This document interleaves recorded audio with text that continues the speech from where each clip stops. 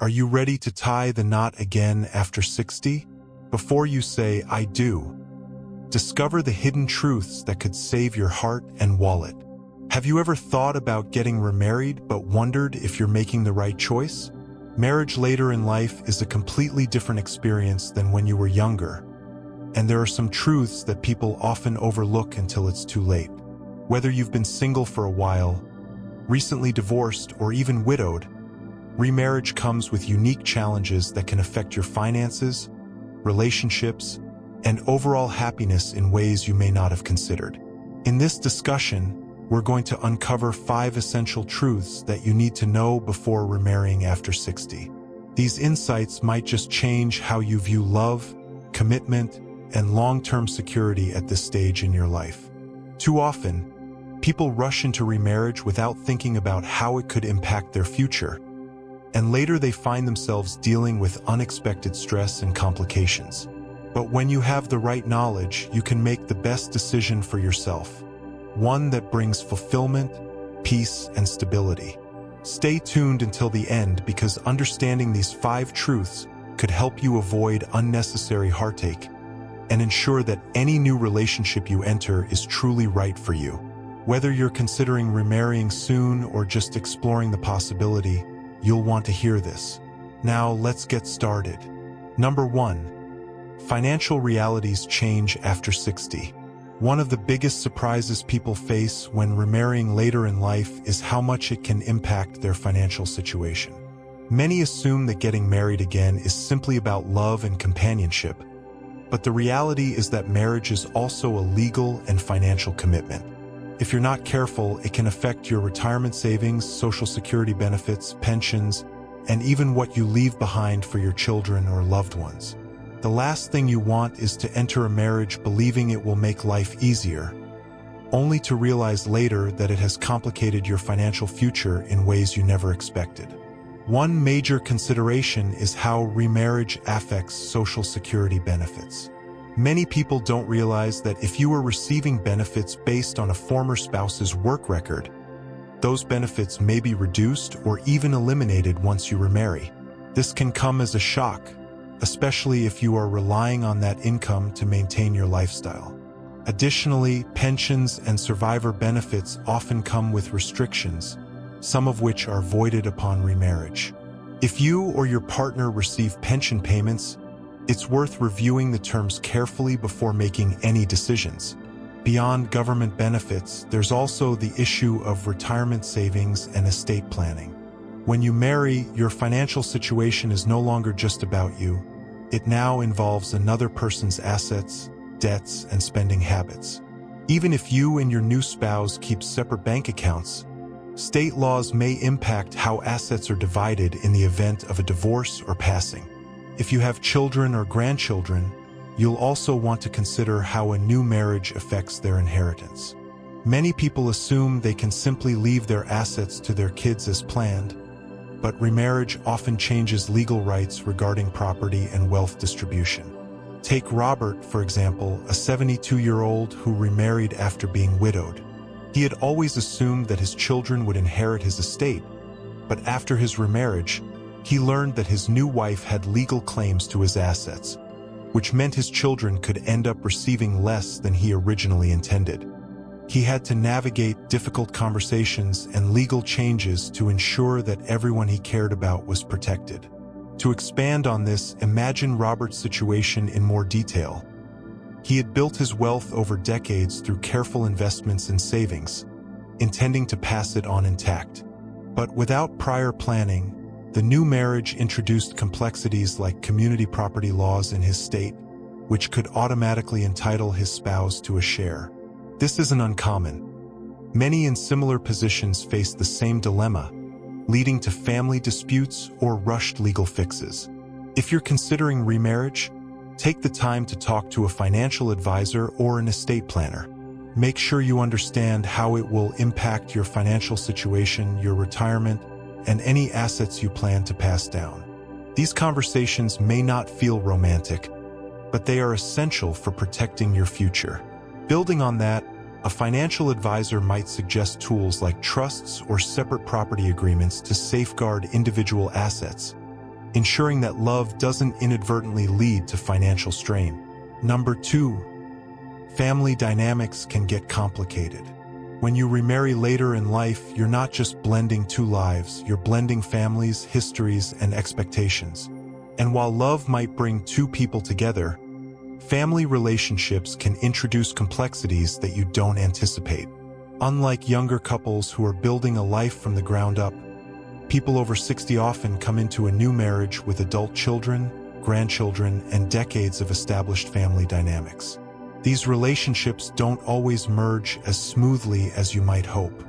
One of the biggest challenges is how adult children react to a new marriage. Even if they want you to be happy, they may struggle with feelings of loyalty to your previous spouse or worry about how this new relationship will affect family traditions, finances, or inheritance. Some may welcome your new partner with open arms, while others may feel resentment, suspicion, or even concern for your well-being. These emotions are completely natural, but if they aren't handled with care, they can create lasting tension that affects not just your marriage but your entire family. Beyond children, relationships with grandchildren can also shift. If you've spent years being the primary grandparent figure in their lives, introducing a new spouse can feel like a disruption to them. Some may embrace it, while others may need time to adjust. The same goes for your new spouse's family. If they have children or grandchildren of their own, blending traditions and expectations can take patience and understanding. Another factor to consider is how remarriage affects inheritance and financial matters. It's not uncommon for children to worry that a new spouse might change existing wills, alter financial plans, or even receive a portion of what they assumed was meant for them. And while money may not be the focus of your new relationship, it's often an underlying concern for family members. Some conflicts arise not because of greed, but because children want to ensure that their parents' legacy is honored the way it was originally intended. Take Susan, for example, at 68. She remarried after being single for over a decade. She assumed her children would be happy for her, but instead, she found herself navigating uncomfortable conversations about inheritance, holiday traditions, and even where she would live. While she knew her kids loved her, she quickly realized that her new marriage required open discussions and reassurances to maintain harmony within the family. To delve deeper, Susan's story highlights a common pattern. Her children, in their 40s, had grown up with family rituals tied to their late father, and the new partner inadvertently challenged those memories. It took family counseling sessions and compromise on traditions like alternating holidays to bridge the gap. If you're considering remarriage, take time to talk with your family. Be open about your intentions, listen to their concerns, and set clear expectations about what will and won't change. It may take time for everyone to adjust, but addressing these concerns early on can prevent misunderstandings and resentment later. The key is to approach these conversations with patience, honesty, and reassurance that your decision is about finding companionship while still valuing the relationships you've built over the years. Furthermore, involving a neutral third party, like a mediator, can facilitate these talks, turning potential conflicts into opportunities for stronger family bonds. Now let's move forward. Number 3, emotional expectations are different at this stage in life. Relationships look different than they did decades ago. When you were younger, marriage often revolved around building a life together, raising children, buying a home, growing careers. But after 60, priorities shift. Marriage isn't necessarily about starting from scratch. It's about companionship, emotional support, and maintaining independence while sharing life with someone. This change in dynamic is something many people don't fully consider before remarrying, and it can lead to unexpected challenges. One of the biggest differences is the level of independence each person brings into the marriage. By the time you reach your 60s, 70s, or beyond, you've already established routines, habits, and a way of living that suits you. You may have your own home, personal hobbies, and a daily rhythm that makes you feel comfortable. A new marriage introduces another person's habits, lifestyle preferences, and expectations into your world, and that adjustment isn't always easy. Some people expect remarriage to be as effortless as finding the right partner, but in reality, it requires careful navigation of boundaries, personal space, and individual identity. Unlike younger couples who may be building financial security together, later-in-life marriages often involve two individuals who are already financially stable and emotionally self-sufficient. This means that the reasons for coming together are different. Love, companionship, and shared experiences become more important than external achievements. However, this also means that both partners need to be clear about their expectations. How much time they want to spend together, how they handle disagreements, and how they maintain personal independence while still nurturing the relationship. Another factor to consider is past emotional experiences. If you've lost a spouse or gone through a difficult divorce, those memories and emotions don't simply disappear when you remarry. You and your new partner both bring decades of history with you.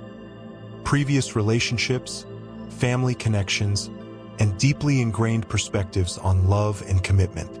This isn't a bad thing, but it does mean that being emotionally open, patient, and understanding is essential. The way you communicate, express affection, or handle disagreements may be shaped by past experiences, and learning how to navigate those differences is key to a successful second marriage. Take Harold, for example. At 75, he found love again after being widowed for several years. But what he didn't expect was how different this new relationship felt compared to his first marriage. His late wife had been his partner for decades, and the way they functioned as a couple was deeply ingrained in him. His new wife, meanwhile, had been divorced for many years and valued her independence in ways he hadn't encountered before. It took time for them to find their rhythm, to balance closeness with personal space, to communicate without comparing the past, and to fully embrace the unique dynamic of their marriage. Expanding on Harold's experience, he discovered that small daily habits, like morning routines or evening wind-downs, became points of negotiation. They attended couples workshops focused on later life relationships, which helped them appreciate each other's backgrounds rather than resent them. If you're thinking about remarrying, ask yourself, what do you truly want out of this relationship? Are you looking for companionship without too much change in your daily routine? Do you want to share a home, or would you prefer to maintain separate living spaces? Are you emotionally ready for the realities of blending two established lives? The answers to these questions can help ensure that your next marriage is built on mutual understanding rather than unmet expectations. To build on this, journaling or discussing with a therapist can clarify these wants, preventing future regrets. Number 4. Legal considerations matter more than you think. Marriage isn't just an emotional commitment, it's a legal contract. And when you remarry after 60, the legal aspects of that contract can be far more complex than they were in your younger years. Many people assume that love alone is enough to make a marriage work, but without understanding the legal implications, you might find yourself facing unexpected consequences down the road. From prenuptial agreements to medical decision-making rights, there are critical legal matters that should be addressed before you say, I do. One of the first things to consider is how remarriage affects your estate planning. When you marry, your spouse may automatically gain certain legal rights to your assets, even if you intended to leave them to your children, grandchildren, or other loved ones.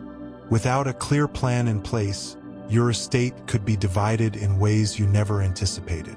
This is why many people choose to update their wills or establish trusts before getting remarried, ensuring that their assets are distributed according to their wishes. Another important legal factor is medical decision-making. If you were to become ill or incapacitated, who would have the right to make medical choices on your behalf? In many cases, a spouse is automatically given priority over adult children or other family members. This can create tension, particularly if your new spouse and your children have different opinions on your care.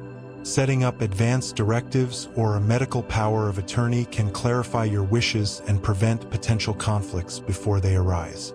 Prenuptial agreements are another tool that can provide clarity and protection for both partners. While some people hesitate to bring up a prenuptial agreement because they worry it might seem unromantic, the reality is that it can help prevent misunderstandings and ensure that both parties are entering the marriage with clear expectations. A well-structured prenuptial agreement can outline how assets, debts, and financial responsibilities will be handled, reducing the risk of disputes later on. Take Eleanor, for example. At 67, she fell in love and was excited about remarrying. But she also had significant assets that she wanted to leave to her children. She and her fiancé had an open conversation and decided to draft a prenuptial agreement that clearly defined their financial boundaries. This not only gave her peace of mind, but also reassured her children that their inheritance was secure. To elaborate, Eleanor's assets included real estate and investments accumulated over a career. The prenup specified that these remained separate, while joint expenses were shared equally, fostering trust from the start. Legal matters aren't always comfortable to talk about, but they are necessary. If you're considering remarriage, it's wise to sit down with an attorney who specializes in estate planning and family law. Having these discussions early on can prevent confusion and stress later, allowing you to focus on what truly matters, building a fulfilling and secure relationship. Additionally, reviewing state-specific laws on spousal rights can reveal nuances, like elective shares in estates, that vary by location. Now let's move forward. Number 5. The definition of happiness changes with age. As we get older, our understanding of happiness shifts. In our younger years, marriage often symbolizes building a future, raising a family, establishing financial security, or creating a shared life from the ground up. But after 60, happiness is no longer about building. It's about maintaining, enjoying, and finding fulfillment in the life you've already created. This means that before you remarry, it's essential to ask yourself, does this relationship align with the kind of happiness you truly want at this stage of life? Many people assume that getting married again will automatically bring them joy, but the truth is happiness in later years comes from different sources than it once did. For some, it's about companionship and sharing daily life with someone. For others, it's about maintaining independence while having a partner for special moments. And for some, it's about preserving their lifestyle and not having to compromise on long-standing routines and habits. The key is understanding what happiness looks like for you now, not what it meant 30 or 40 years ago.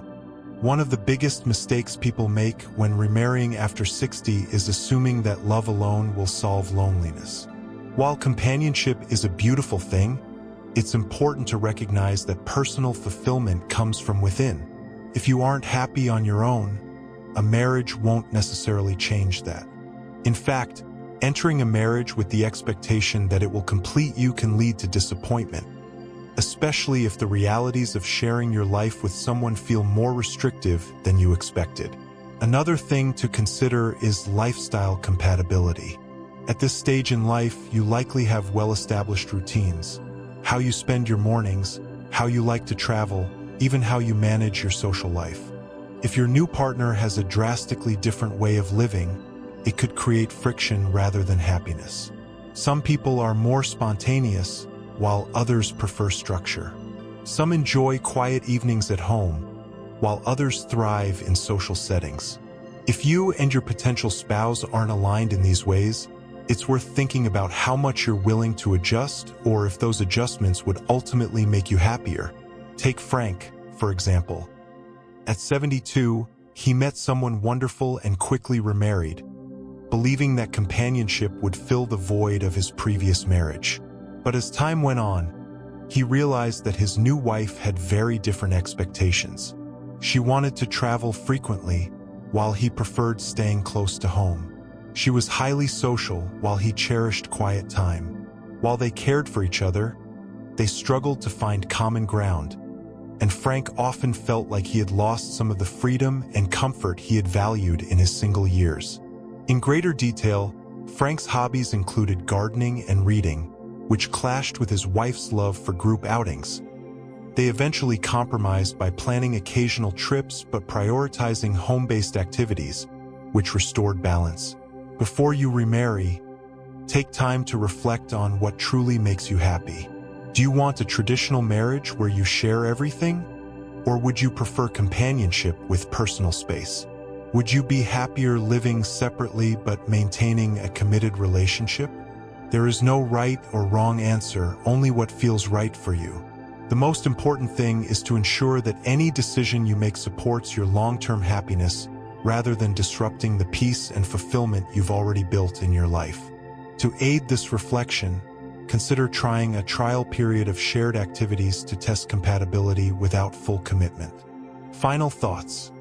As we wrap up this discussion, take a moment to reflect on what we've covered. Remarrying after 60 can be a wonderful experience, but it's also a decision that comes with important realities. Ones that too many people overlook until they're already in the middle of it.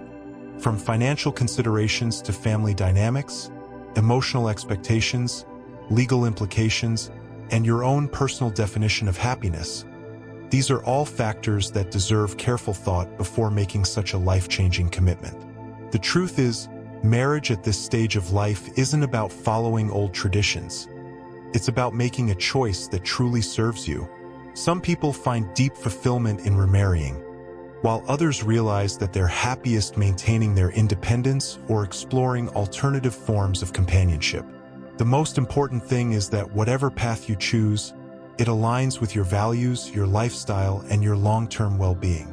If today's insights have given you something to think about, I encourage you to take your time before making any decisions. Have the necessary conversations with your loved ones, seek financial and legal guidance, and most importantly, listen to your own needs. There's no rush. This stage of life is about embracing what makes you truly happy, not what others expect or what society tells you is normal.